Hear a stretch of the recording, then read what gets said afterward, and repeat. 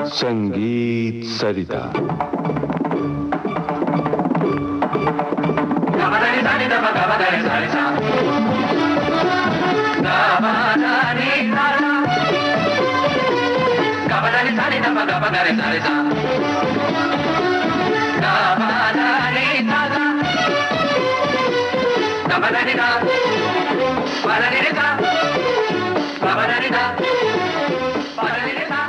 प्रस्तुत है श्रृंखला सरोद का सुर संसार। प्रस्तुत कर रहे हैं पंडित बृजनारायण। आपसे बातचीत कर रही हैं कांचन प्रकाश संगीत। ये है चौथी कड़ी। श्रोताओं नमस्कार। मेरे साथ स्टूडियो में हैं प्रख्यात सरोद वादक पंडित बृजनारायण। नमस्कार। नमस्कार पंडित जी, कल हमने शैलियों के बारे में बात की और सोच रही थी कि शैली जब बनती है तो परंपरा बनती है, पीढ़ी दर पीढ़ी बात चलती है। जी हाँ। तभी कोई शैली अपने आप को साबित कर पाती है। हाँ जी। तो गुरु शिष्य परंपरा को लेके मैं आपसे पूछना चाह रही थी, लेकिन एक सवाल आपके लिए छोटा सा कि आपकी शिक्षा कब शुरू हुई सरोद वादन की, और सरोद की तरफ आपका रुझान कैसे हुआ? कांचन जी, बहुत अच्छा सवाल पूछा आपने। मेरा परिवार संगीत का परिवार। मेरे दादाजी स्वर्गीय नाथू जी बियावट जी, वो दिलरुबा बजाया करते थे, इसराज। और मेरे चाचा जी पंडित चतुरलाल जी वो विश्वविख्यात तबला वादक रहे हैं। मेरे पिताजी पंडित राम नारायण। संगीत तो हमारे घर में मेरे पलने से ही मैं सुनता आया हूँ, जन्म घुट्टी के साथ। क्योंकि मैं घर का सबसे बड़ा लड़का, तो सारा प्यार मुझे मिला। और अक्सर मैं ताऊ जी के पास, पंडित चतुरलाल जी के पास ही रहता था। वहाँ मैंने उनके साथ काफ़ी प्रोग्रामों पे जाता था।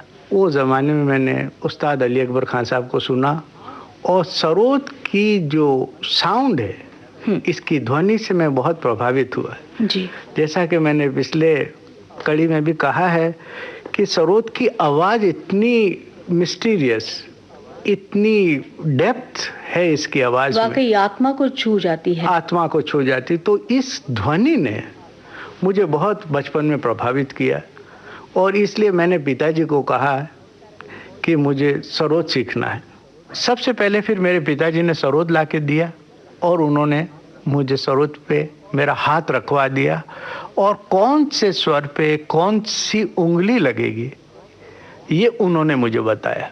मेरे पिताजी से मुझे जो शिक्षा मिली है वो अल्लाह बंदा जाखुरदीन के स्कूल से, उस पद्धति के हिसाब से मैं अपना आलाप जोड़ पेश करता हूँ, और रागों की समझ भी मुझे इसी स्कूल से मेरे पिताजी ने सिखाई है।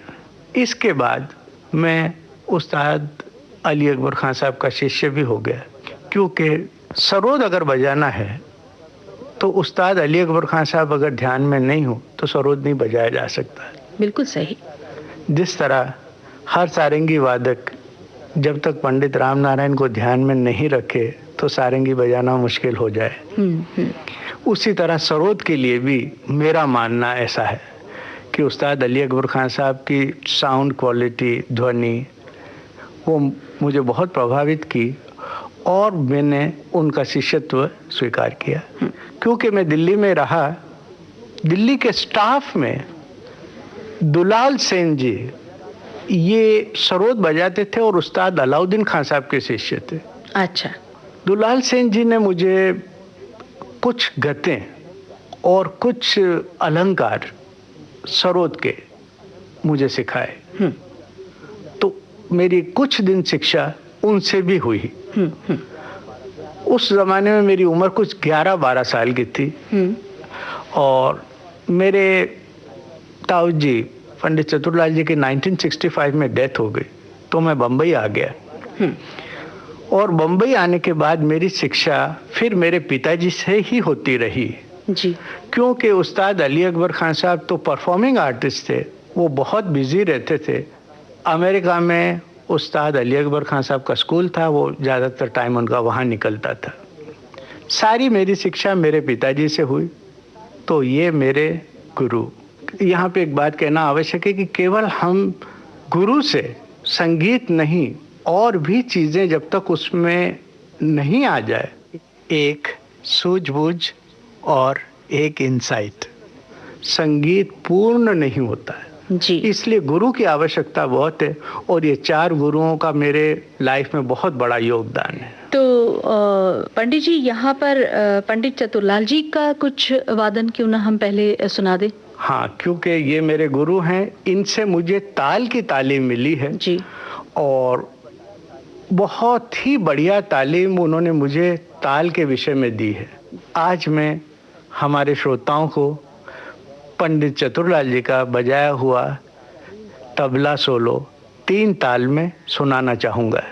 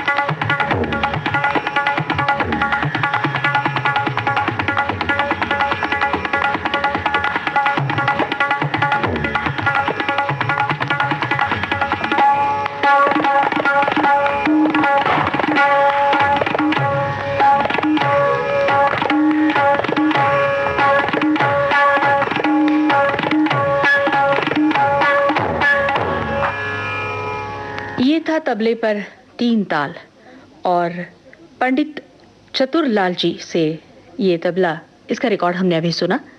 श्रोताओ, ये श्रृंखला हमारी सरोद का सुर संसार चल रही है और हम कदम दर कदम आगे बढ़ रहे हैं। आज की कड़ी में आपसे यही इजाजत मांगते हैं, कल फिर हाजिर होंगे। तब तक के लिए नमस्कार। पंडित जी, आपको भी नमस्कार। नमस्कार कांचन जी, और हमारे श्रोताओं को भी। सरोद का सुर संसार, इसे प्रस्तुत कर रहे हैं पंडित बृजनारायण। इनसे बातचीत की कांचन प्रकाश संगीत ने। तबला संगति बालकृष्ण अय्यर की थी, तकनीकी सहयोग दिनेश दाभोलकर का, प्रस्तुति सहयोग वीना राय सिंघानी का था और इस कार्यक्रम की संयोजिका थी कांचन प्रकाश संगीत।